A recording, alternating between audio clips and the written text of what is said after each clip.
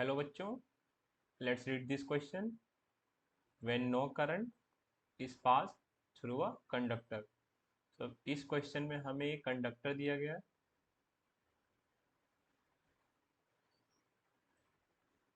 जिससे कोई भी करंट फ्लो नहीं हो रही। तो अब हमें बताना है इनमें से कौन से ऑप्शंस करेक्ट हैं। So please note the key concept of this question, which is behavior of free electrons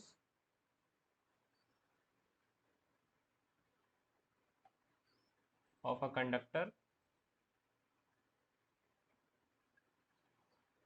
in the absence of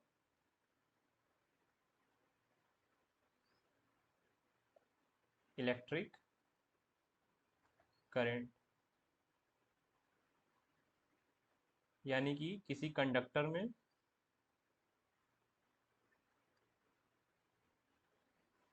जब कोई इलेक्ट्रिक करंट नहीं फ्लो हो रही होती है तब भी इसके थर्मल एनर्जी की वजह से इसके फ्री इलेक्ट्रॉन्स कुछ यूं जिगजैग जिगजैग मोशन कर रहे होते हैं। तो हमारा पहला ऑप्शन क्या था? The free electrons do not move, but free electrons तो मूव कर रहे हैं, यानी ऑप्शन ए हमारा हो गया incorrect. Let's read option b. The average speed of a free electron over a large period of time is not zero। So average speed कैसे define होती है? Average speed equals to total distance travelled upon total time taken. Now the free electrons जो move कर रहे थे conductor के inside कुछ definite समय में कुछ डेफिनेट डिस्टेंस ट्रेवल करेंगे। So average speed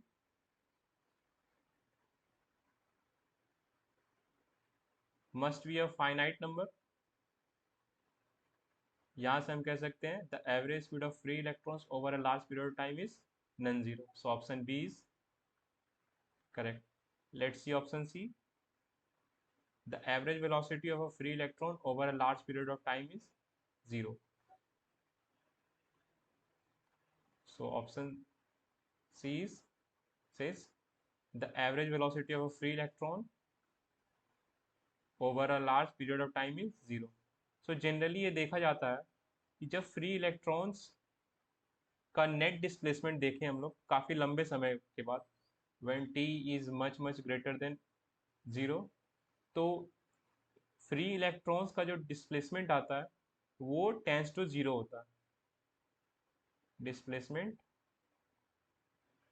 tense to zero. तो यहां से हम कह सकते हैं average velocity equals to displacement upon total time taken.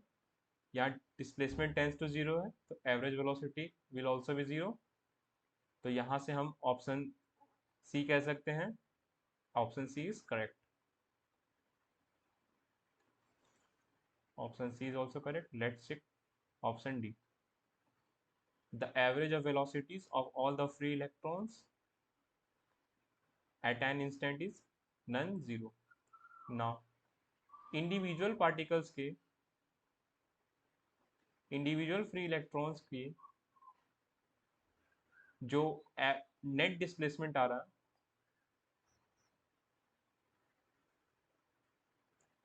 यदि इन सब का हम सम कर दें, सम ऑफ डिस्प्लेसमेंट्स ऑफ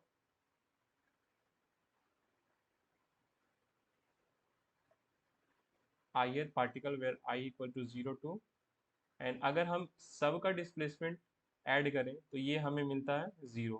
तो यहाँ से हम कह सकते हैं average velocity of all the electrons